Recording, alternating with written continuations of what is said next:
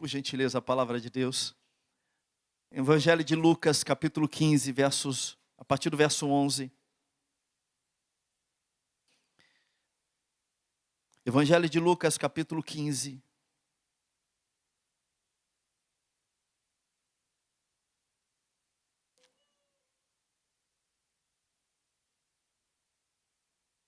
Evangelho de Lucas, capítulo 15, a partir do verso 11.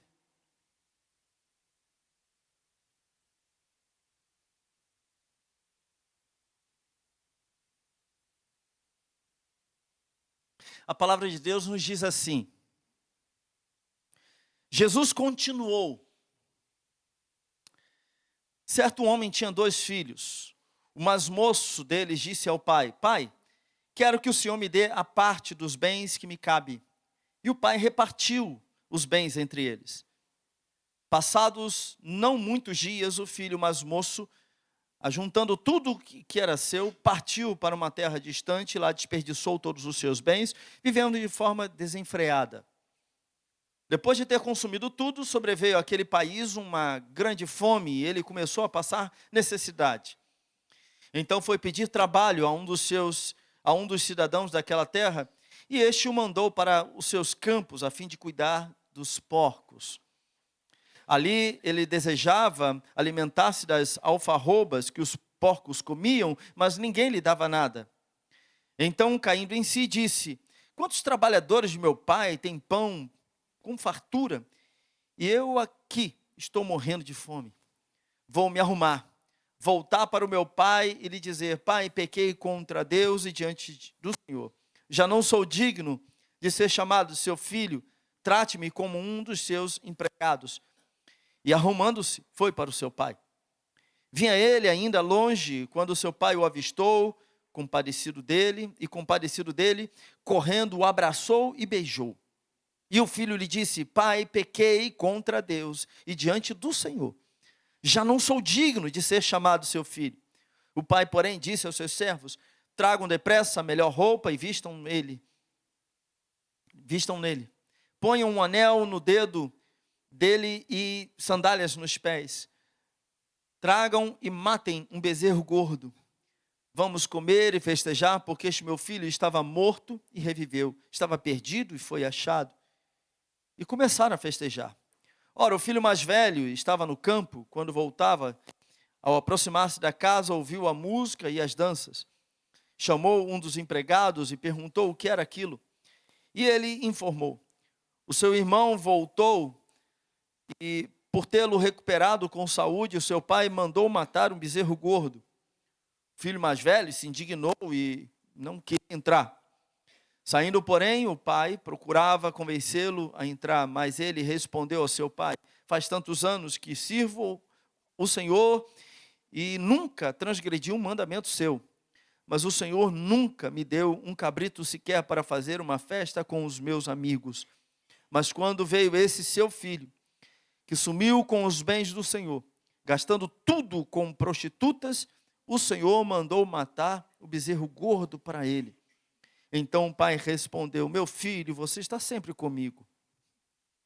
Tudo que eu tenho é seu.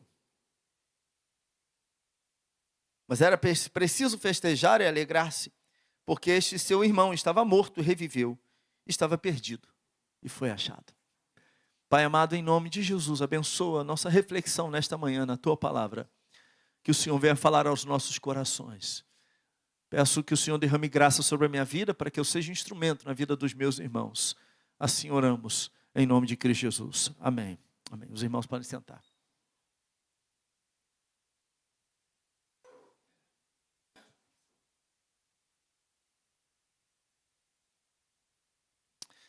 Há gestos e atitudes que presenciamos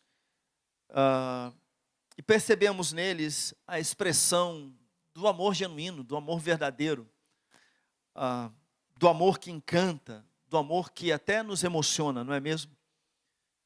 De vez em quando nós vemos aí pelo Instagram ou nas redes sociais alguns vídeos que são encantadores demais e que você quase chora ou até mesmo chora quando, percebe vídeos que apresentam, mostram gestos amorosos, gestos gentis, expressões de amor genuíno. Por exemplo, alguém que desvia o seu caminho apenas para socorrer e ajudar um desconhecido.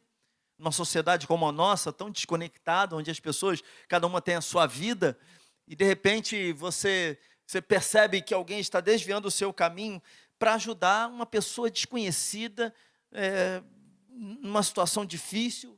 É um gesto simples, às vezes o gesto é muito simples, mas que traz consigo, digamos assim, o brilho impactante do amor. Você percebe que tem algo além daquele gesto.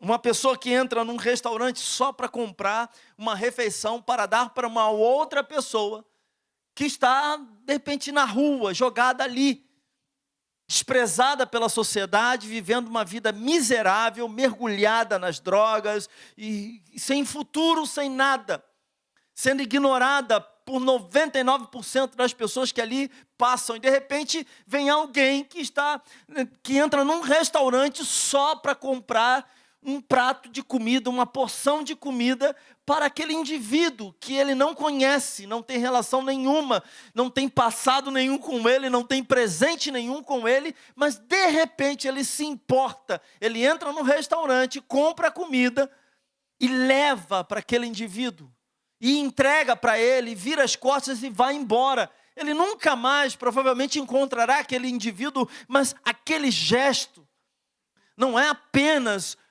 Não se trata apenas de um prato de comida ou de uma porção de refeição. O que nós vemos ali é um gesto de amor. O gesto doce de uma criança consolando outra.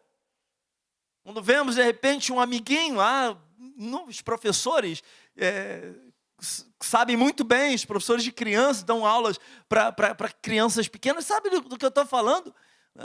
De repente um amiguinho fica triste, está chorando pelo canto, e de repente uma outra criança vai lá do nada e enxuga as lágrimas daquela criança que está triste e abraça, beija. É um gesto simples, mas que fala de algo muito puro, que é o amor. Um abraço, um beijo, um carinho, o zelo de um rapaz, de um jovem por uma jovem, ou de uma jovem por um jovem. Às vezes um toque que é diferente, você olha e fala assim, tem algo além do desejo de estar perto, tem algo além disso, tem o amor. Né? Isso chama atenção, você percebe que é diferente. Não é o ficar, não é o mero beijinho, não é o beijo que as pessoas dão nas ruas ou que dão nas festas e estão nem aí umas para as outras. É apenas expressão de desejo, apetite sexual, pessoas que querem se liberar, querem se satisfazer. Não, eu estou falando daquele gesto, do toque, do beijo, do abraço, do zelo, do carinho que é feito por um rapaz, por um jovem, que ele faz para uma menina, e que ele ama, e que ele é algo, e isso chama atenção. Uma outra coisa, um outro exemplo, o olhar de uma mãe para o seu bebê recém-nascido. O olhar da Ângela pela Sofia, né? A maneira, a expressão de carinho, de zelo, desejo, isso encanta, chama atenção.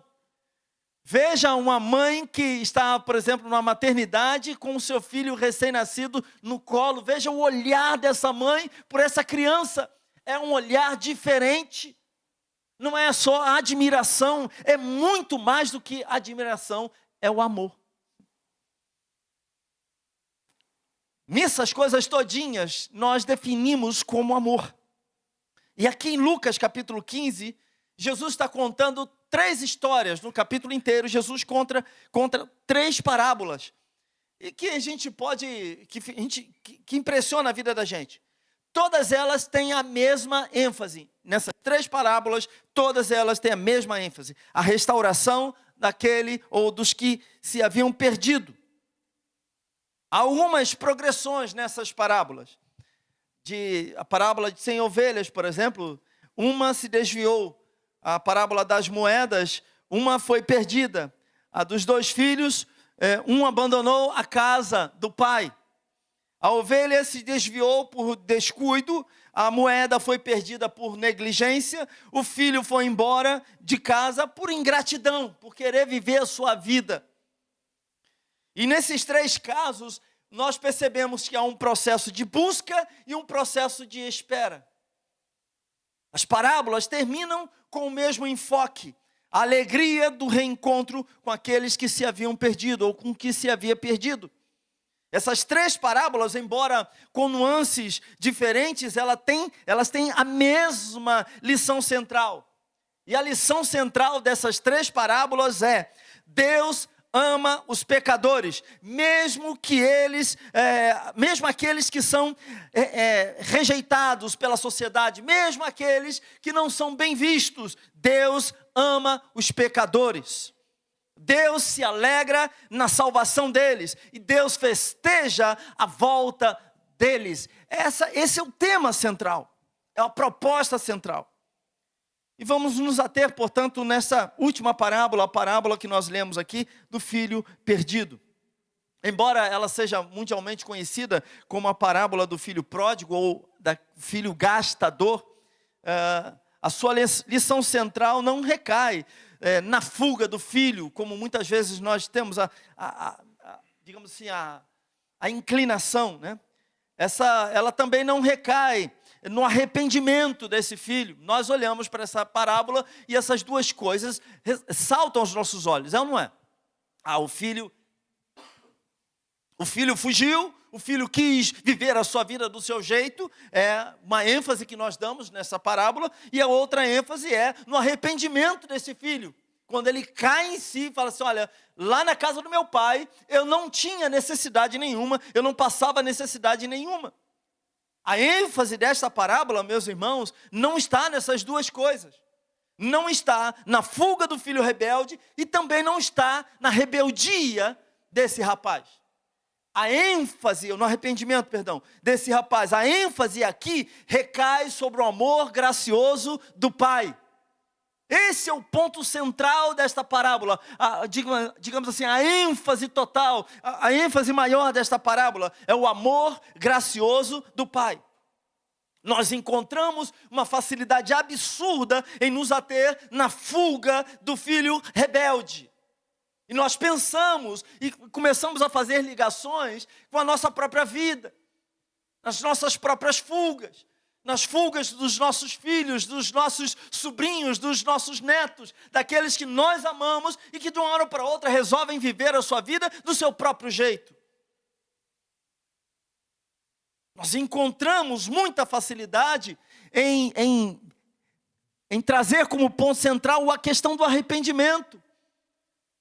Parece-me que na maioria das vezes olhamos para o amor do pai nesta parábola apenas como uma espécie de toque final nesse enredo, que é uma história maravilhosa. Entendemos a questão do amor do pai como apenas esse toque final, mas é muito mais do que isso. A despeito do pródigo não valorizar o conforto do lar, nem a companhia do pai e do irmão. A despeito do pródigo pedir sua herança antecipada e assim considerar o seu pai como morto, porque era isto que ele estava fazendo. A despeito do pródigo romper os laços com a sua família de forma tão radical e sair para uma terra distante para viver do seu próprio jeito, viver na dissolução, viver esbanjando os seus bens com os prazeres do pecado. A despeito do pródigo com profunda ingratidão ter calcado debaixo dos seus pés o amor do pai e todos os valores que ele havia aprendido do seu pai, apesar disso.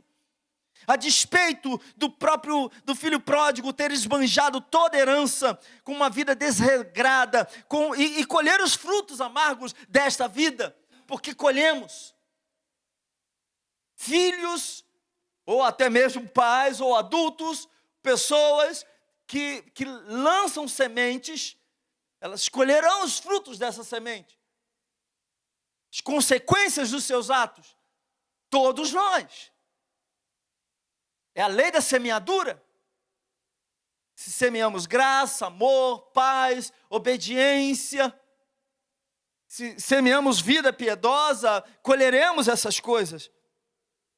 A despeito do filho pródigo voltar para casa maltrapilho e sujo, arruinado e falido, o que nós vemos é o pai que corre ao seu encontro, abraça o seu filho, beija o seu filho, restaura o seu filho, celebra a volta do seu filho, coloca um anel no dedo do seu filho, dizendo: você faz parte da família, você saiu, mas você é meu filho. Nós vemos esse pai celebrando, esse pai fazendo uma grande festa, esse pai contratando músicos, chamando o Renatão, chamando o Felipe, vão lá, vão tocar um negócio bom, chamando a Dani, ia chamar a Ana, chamando a Dani, fala: Dani, dirige um louvor arrumado, pede o Paulo para fazer um back vocal arrumado, vamos fazer festa, porque esse filho rebelde saiu, mas ele está de volta, vamos celebrar. O que é isso senão amor? O que é isso senão amor? Esse amor restaurador, o amor do Pai por nós, que Ele expressou a cada um de nós e continua expressando. E esse amor restaurador do Pai, ele tem algumas características, e eu quero falar sobre 3 características. A primeira característica é que esse amor do Pai é o amor que procura e espera a volta do seu filho gastador, do seu filho pródigo. Não é um homem perdido que busca a reconciliação meramente. O que nós vemos em Deus é que o próprio Deus é quem procura a restauração, que muda o coração e que recebe de volta. Deus estava em Cristo reconciliando consigo o homem. Tudo procede de Deus. É Ele quem nos acolhe, é Ele quem nos chama, é Ele quem nos justifica, é Ele quem glorifica, é Ele quem festeja a volta dos seus para os seus braços. É o Senhor. O homem apenas reconhece que ele precisa de algo, mas é o Senhor. O filho esperava voltar para a casa do seu pai como um trabalhador qualquer. Era essa a expectativa dele. Por quê? Porque ele tratou o pai como morto na sua vida. Para ele pedir a herança do seu pai, falar dividir, naquela época, a herança só era entregue depois que o chefe da família morria. Então ele está tratando o pai dele: olha, pai, eu quero viver a minha vida desconectada do Senhor, eu quero fazer as coisas do meu jeito, vou vazar.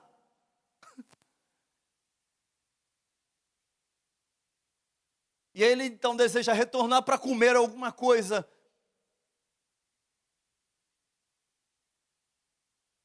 Eu falei: eu vou voltar, que os empregados lá, eles têm alimento, aqui eu não estou tendo alimento. É importante ressaltar também que um judeu não trabalhava com porcos. O porco era considerado um animal imundo. Esse não era um trabalho que um judeu, que um israelita, procurava, ou até um caso aqui judeu também, podemos ter no contexto do Novo Testamento. E aí ele eu preciso comer pelo menos a comida dos porcos. Ele desceu num nível profundo. E agora aqui, esse amor do pai é um amor que procura e um amor que espera a volta do seu filho. E esse amor nos escandaliza. Porque ao longo da nossa jornada, até mesmo você que já teve esse encontro com Cristo, você vai perceber que nas suas fugas, naquelas fugas sobretudo invisíveis, que ninguém sabe, mas você está em fuga. Nessas fugas, o próprio Pai, constantemente, o nosso Senhor constantemente está buscando nos restaurar, enviando os seus servos para pregar, para falar do seu amor, nos abraçando através dos braços de outras pessoas. Mas em segundo lugar, nós vemos aqui uma outra característica, que seu amor é um amor do Pai, é um amor que perdoa, é um amor que restaura. Esse filho não é recebido de volta como escravo, mas é recebido de volta como filho. Tratado como filho. O texto diz que o pai corre, vai ao seu encontro, o beija, o abraça, coloca novas roupas sobre ele, sandálias nos seus pés e um anel no dedo. Ou seja, trata esse jovem como um filho. Em outras palavras, a restauração desse rapaz foi uma restauração completa, real, verdadeira. E meus irmãos, para sermos reconciliados com Deus, 3 atitudes divinas foram tomadas. A primeira, que Deus não imputou a nós as nossas transgressões. Abram lá em 2 Coríntios capítulo 5, por favor.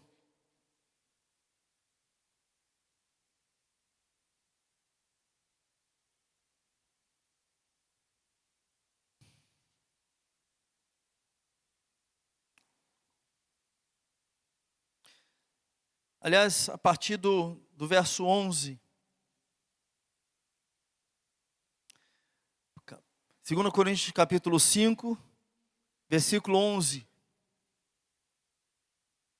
texto nos diz assim: e assim, conhecendo o temor do Senhor, procuramos persuadir as pessoas, mas somos plenamente conhecidos por Deus.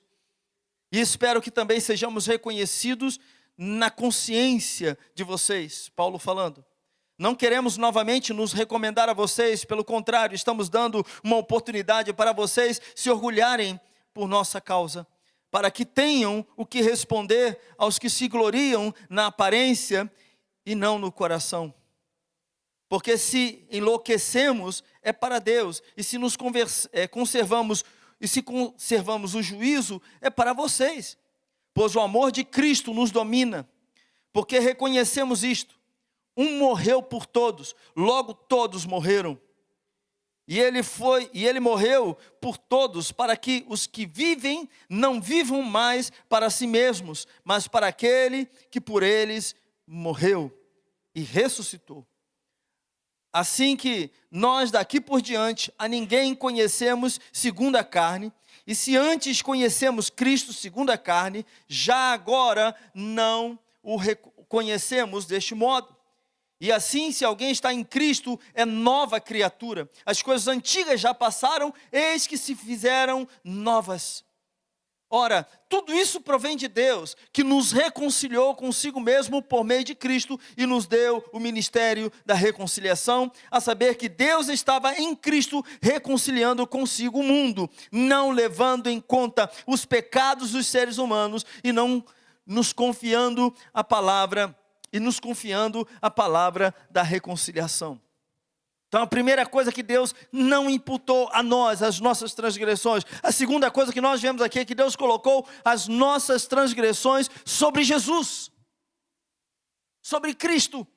No verso 21 fala sobre isso. Aquele que não conheceu o pecado, Deus o fez pecado por nós, para que nele fôssemos feitos justiça de Deus.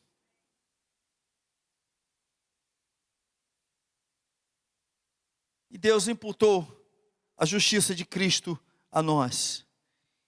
Estamos não apenas de volta ao lar, mas também perdoados e justificados.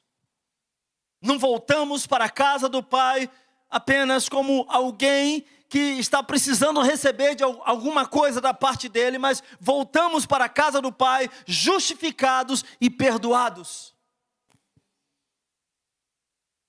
O filho mais velho olha para o seu irmão e vai questionar o seu pai dizendo: o que é isso?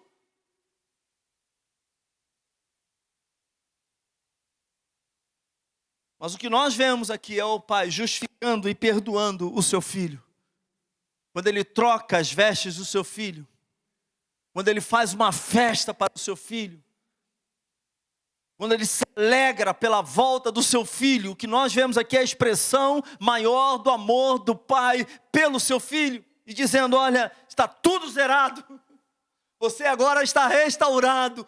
Você está comigo, você é meu filho, você me pertence, você é da minha família. Eu te amo. Em outras palavras, o que está expresso aqui é o amor do pai pelo seu filho. E esse amor é o terceiro ponto. Esse é o amor que celebra a volta do filho pródigo. Deus não só perdoa e restaura, Ele também festeja a volta do seu filho. A alegria diante dos anjos por um pecador que se arrepende é o que a palavra de Deus nos diz. Houve festa, houve música, houve alegria na casa do pai, porque o filho que estava perdido, esse filho foi encontrado. Esse filho que estava morto, ele reviveu. Deus se alegra com a volta dos seus filhos. Deus celebra com entusiasmo quando os pecadores se arrependem. O nosso Deus tem prazer na misericórdia, nós nem sempre. Não é assim? Nós nem sempre. Ele tem que pagar tintim por tintim. Já ouviram essa expressão? Ah, tá de volta? Tomara que não apronte novamente.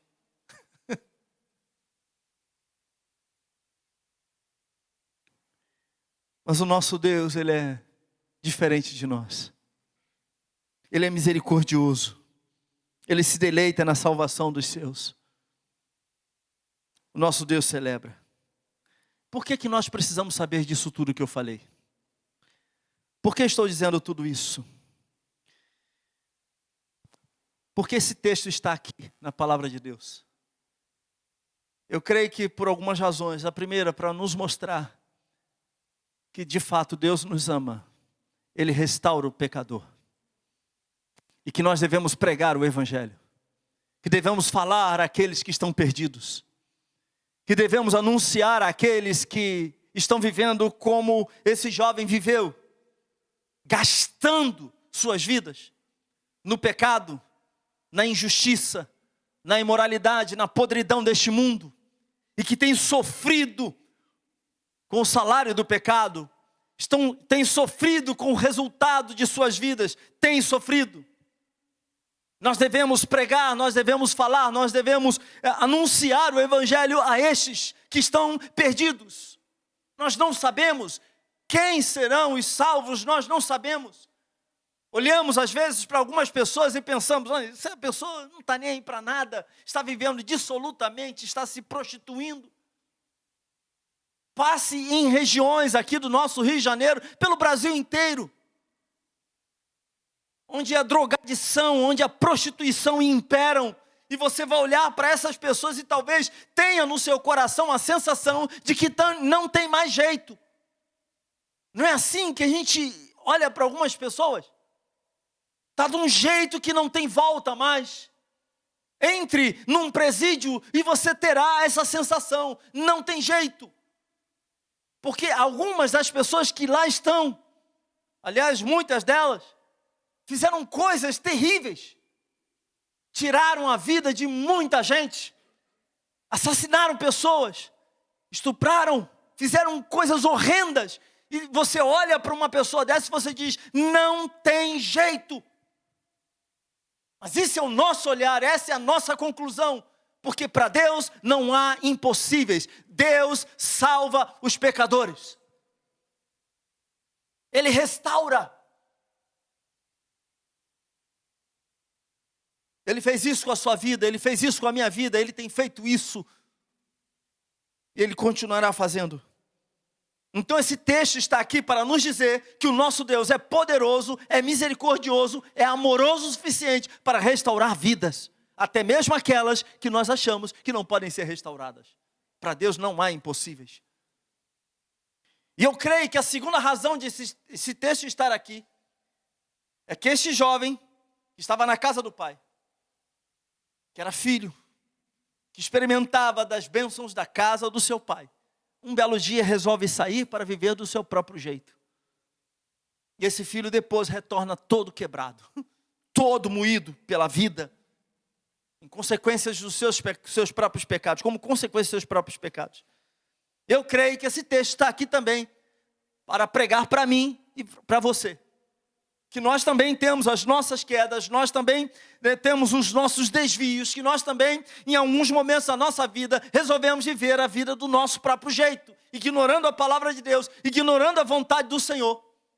Abrimos mão das Escrituras Sagradas para vivermos do nosso próprio jeito. E colhemos as consequências disso. Sofremos por causa disso.